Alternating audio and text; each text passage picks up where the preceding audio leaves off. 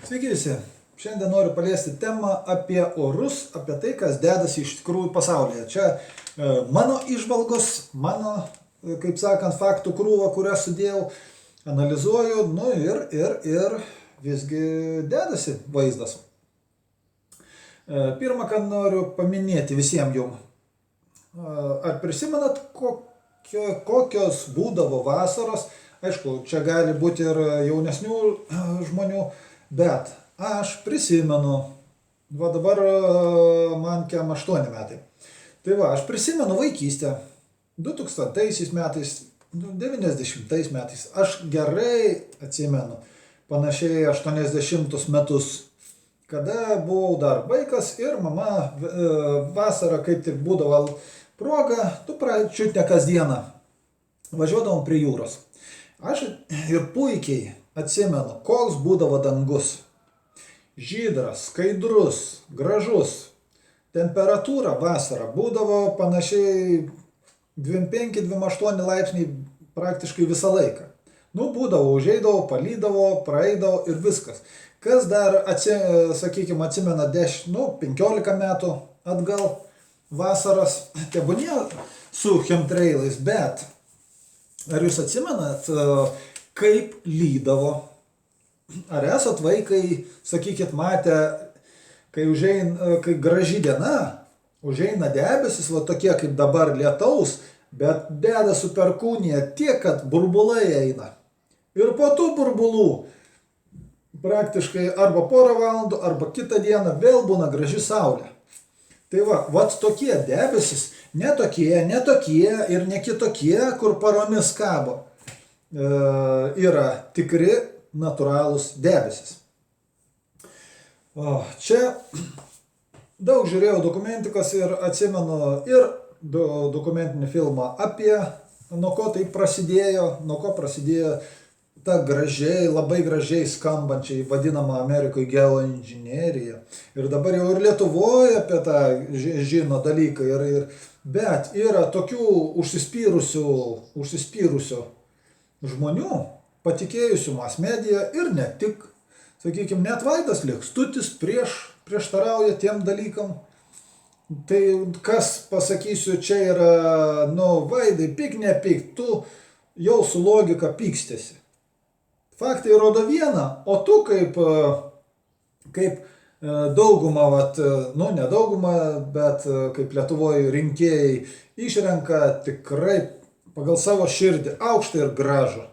Tai va čia pas tave irgi pykimasi su logika, nes yra faktai, bet faktus reikia atmesti, nes kažkur per daug informacijos, kažkur ji nesiriša. Tebūnie tau nesiriša. Vaidas yra politinis sunkiasvoris ir yra šaunuolis, bet jeigu jau į kažkokią temą lysti, tebūnie buvo, aš irgi kažkada nežinojau tų temų, man sakydavo, ką visi, aš teoriją turiu, va tokią, sakykime, ar tokią. Ką sakydavo? Faktų. Atsimenu, kai man ne vienas sykį būdavo, gerai, čia aš neki įdomiai, o faktų. Ir kada prasidėjo faktai, tai galų gale, kada jeigu priremi pašnekovą prie sienos, kaip sakant, faktais, tada pasakydavo, nesąmonė, jeigu tai būtų, tai pasakytų per televizorių. Tai va. Ir va, kaip ten logikos išjungimas, tai va čia lygiai tokį patį logikos išjungimą matau. Faktų yra daug. Nieko nesakau, šiais laikais melo imperija klesti, galima dabar padaryti ten kokių nori vaizdų, kokių viską, tiesiog studijai vienodas sienas padarius, ten su kompu gali machliuorinti kiek nori. Bet tai, ką sužinojau, dar eina iš tų laikų, kai tokių technologijų nebuvo. Kitas dalykas yra dokumentiniai ankstesnių metų, kur kažkodėl tai į tuos dalykus dėmesio niekas nebekreipia. Visi žiūri, kur gražesnis paveiksliukas. Turiu faktų, kaip sakant, faktus aš prisimenu, kas kur vis tiek dedasi viens po vieną, bet aš jų nekolekcionuoju. Ir net jeigu galėčiau taip visus surinkti, o koks tikslas būtų jos pateikti kažkam, įrodinėti, žiūrėk taip, žiūrėk anaip ir lele. Koks tikslas? Nes kas tiki aukštą gražų, į kitą nežiūrės. Tai va, faktų yra pilna. Ir tikrai įdomių, bet.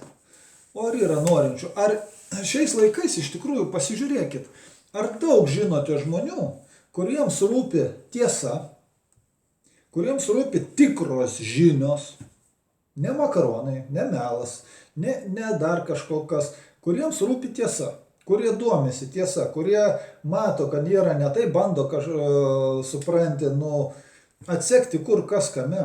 Ar daug žinote žmonių, kuriem rūpi iš kur kojos dygusios, tiek nesvarbu, tiek mechanika, tiek technika, tiek orai, tiek visas pasaulis.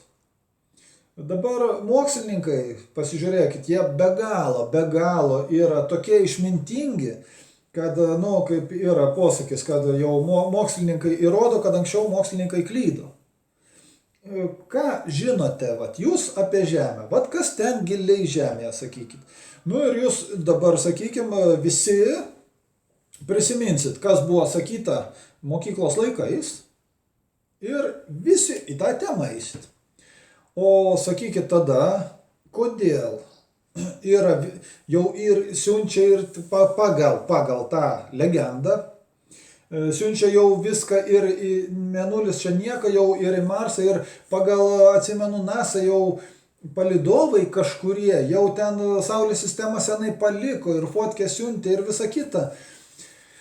Bet,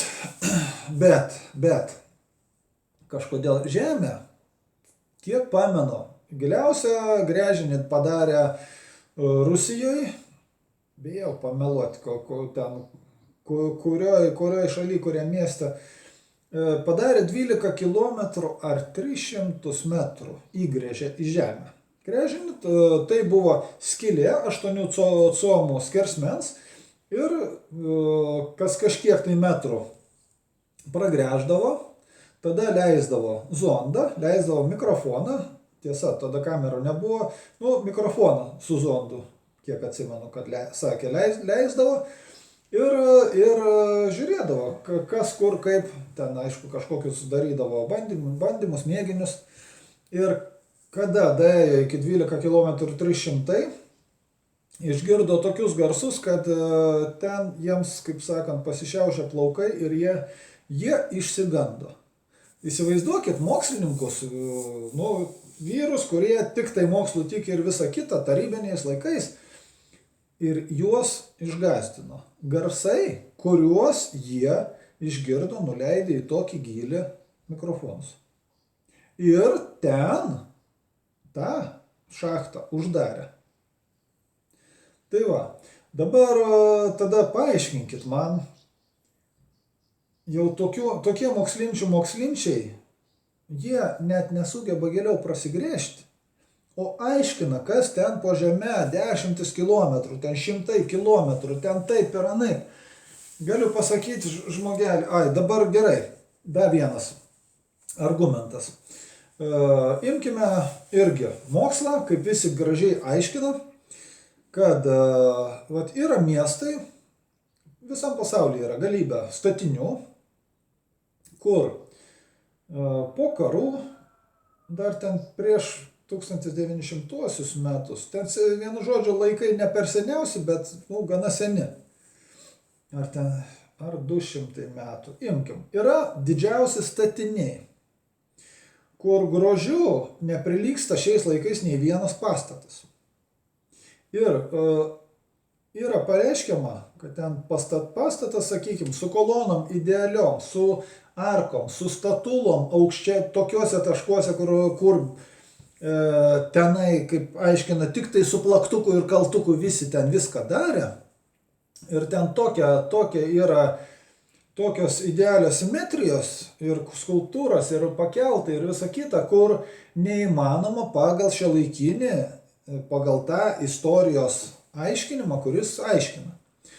Ten yra tokie pastatai, kur šiais laikais, aš neįsivaizduoju, gal ten 20 metų reikėtų dirbti prie tokio pastato.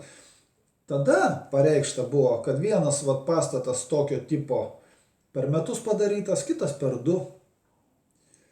Tai po to imkite sienas akmeninės, kur visi blokai skirtingi ir jie eina, sakykime, linija ir taip, ir dar kažkaip. Ir jie yra taip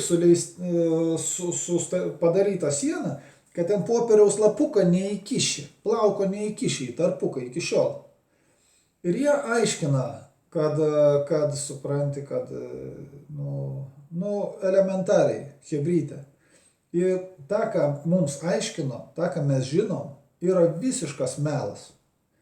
Ne melas yra tik tai tas, ir tai, paimkite, tebūnie nuo tos nepriklausomybės vadinamos, nuo tos kai subirėjo Tarybų sąjunga. Mes girdime, na. Pasižiūrėkit, pabandė kažkas, ne kažkas, pabandė Paleckis pakelti tą reikalą su sausio 13. Kas gavosi? Jį patupdė.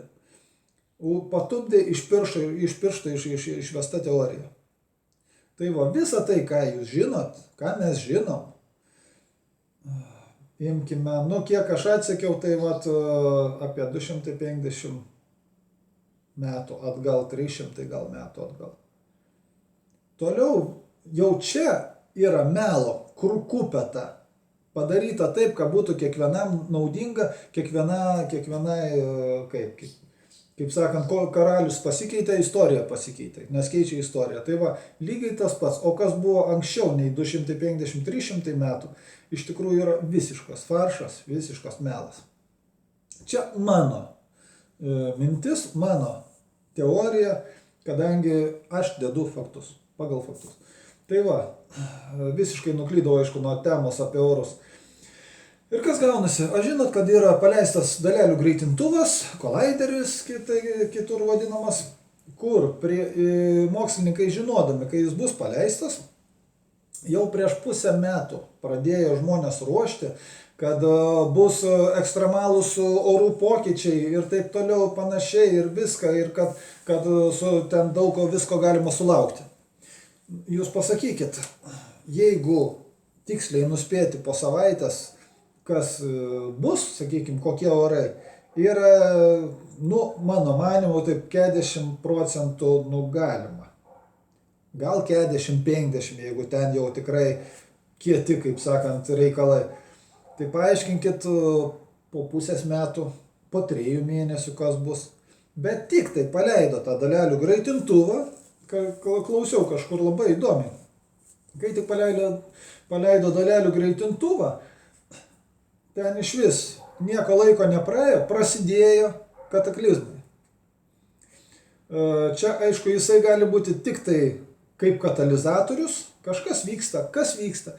Statyti tokį milžinišką objektą už nežinau kokius milijardus, tai būtų beprasmiška.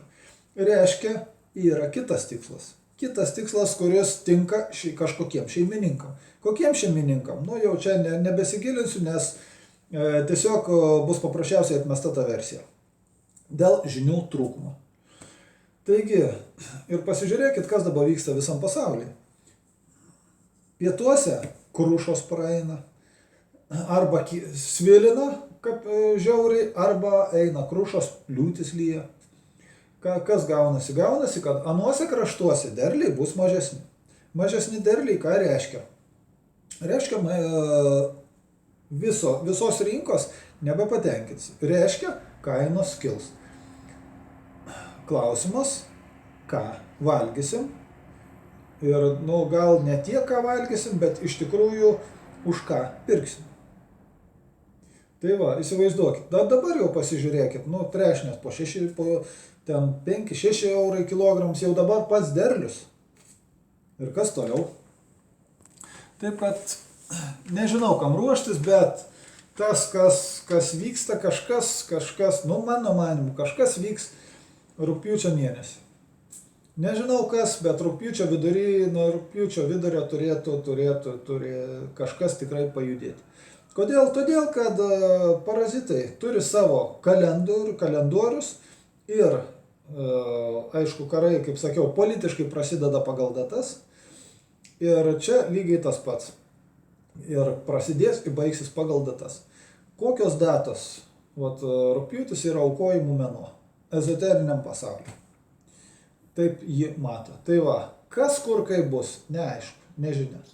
Bet kad gali prasidėti negeri dalykai, ir ne tik dėl žmogaus kalties, gali būti ir kiti. Nes žemelė, kaip sakiau, atsibudo, ją pabudino, jinai yra dvasinė būtybė aname sviete. Jeigu, kaip saka, nėra dūšios, tai gyvybės irgi nebus. Tai va, jinai yra dvasinė būtybė, ji nubudo. O nubudęs, įsivaizduok, tu pamatai save utelėm apėjusi, visokiais vamzdžiais, kaip sakykim, kraujas pumpuojamas ir taip toliau, ir betvarkė vyksta, ką jūs darysit? Tvarkysitės. Tai va čia irgi panašiai eina tvarkymasis. Ir tiek ir paimkit pranašystės, aišku, kurios, kaip bebūtų, pranašystės irgi yra, mano manymu, vienos, nieko nesakau, gali būti teisingos, o kitos gali būti specialiai padarytos. Vat kaip imkit su Simpsonų filmukais. Jie turi scenarijus, jie tą pateikia, ir žmonės po to, gi ten sakė, ten išpranašavo, ten pranašai, kokie ten pranašai, jeigu jie turi planą. Tai va, pranašystės vienos gali būti surežisuotos, kitos gali būti ir ne. Tai va, kam ruoštis? Čia iš tikrųjų, ne pirmąsyk pasakysiu. Jūs tiesiog dabar, mes kiekvienas mūsų turim pasirinkti. Ar mes einam su šviesos jėgom, ar mes einam už tamsą. Pagrindiniai bruožai, ne per seniausiai klausiau porą įrašų, tokios Valentinos Kogut, jeigu įdomu, užeikit pasiklausykit. Kaip atskirti, kompasį, kaip sakant, kaip pasireiškia blogio jėgos. Tai visų pirmiausia, blogio jėgos, taip aš vadinu, tamsos jėgom. Geriau vadinkim, tai taip šiuolaikiškiau. Tai va, tamsa pasireiškia, kada būna susijuokiama ar juokiamasi, kur tai visiškai nedera.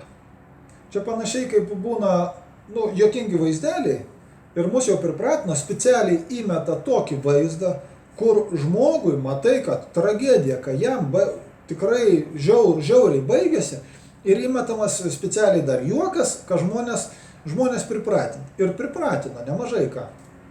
Bet, nieko nesakau, tikrai yra ką pasijuokti, bet pasižiūriu kitą įrašą, žmogus susilošina, susižaloja.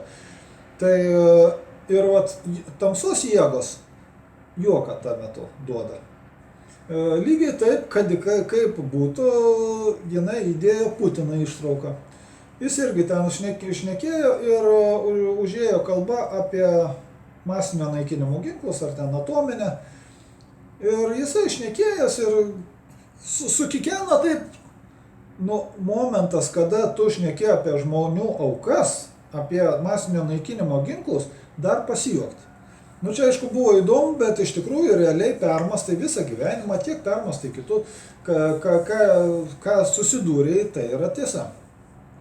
Dabar dar kitas tamsos pasireiškimas yra, jinai įdėjo Medvedevo kalbą. Tai net, priblaškė. Buvo Davose susirinkimas ir jisai ten irgi, ar apie juos, vienu žodžiu, kalba buvo. Ir sako, pasižiūrėkit, Pirmiausia, yra paniekinamas žmogus, jisai, žmogus tas yra žeminamas ir žeminamas visą laiką su gyvuliu lyginama, gyvulio lygis. Ir visada yra nepamirštama paminėti lygį nuo, kaip sakant, lytinių organų juostą. Kaip keiksmažodžiai ir visa kita, ir ten tame lygyje. Ir žinot, tikrai išdėjo ištraukėlę, išsižiojau, ir kai primetė, tebūnie primeskit, kaip Lietuvos pišas šnekėjo apie tos, kurie kaukę nešioja ir, nešioja ant burnos. Tai žinot, ir pasižiūrėjus, tai primetė visą, ką žinai, Tai žinot, tikrai, nu, galiu pasakyti, kad tas pasitvirtina. Taigi, čia yra, aišku, tik tai gabalėliai, bet palei juos mes galime atskirti, kur kas yra. Taipogi, galiu pasiūlyti savo įrašą, gėris blogis, gėris nėra baltas ir pūkuotas. Ir liktai gėris, tai man rods gėris blogis pirminis algoritmas. Va, du tokie įrašai, jeigu domina, jeigu iki čia pažiūrėjot, pažiūrėkit kada ir kitus 2 įrašus. Na ką, dėkui labai už patiktukus, dėkui už komentarą, maloniai pasižiūrėjau. Parašykit, jei per ilgai šneku, parašykit, per trumpai šneku, nu per trumpai tikrai nebus. Domina kažkokios kitos temos, kažkokie yra faktai ar kas nors, parašykit. Savo pastebėjimus turit kažkokius, tai parašykit, bendraukim. Aš tikrai neviešinsiu nei vieno komentatoriaus, jeigu jisai to nenori. Aš kiek esu šnekėjęs, aš tikrai nesakau, va tas, aną parašėt, ne. Tai kaip bebūtų, tai yra atskiras dalykas ir nematau tikslo ir nu, reikia laikytis kultūros. Taigi, dėkui, kad žiūrit, iki.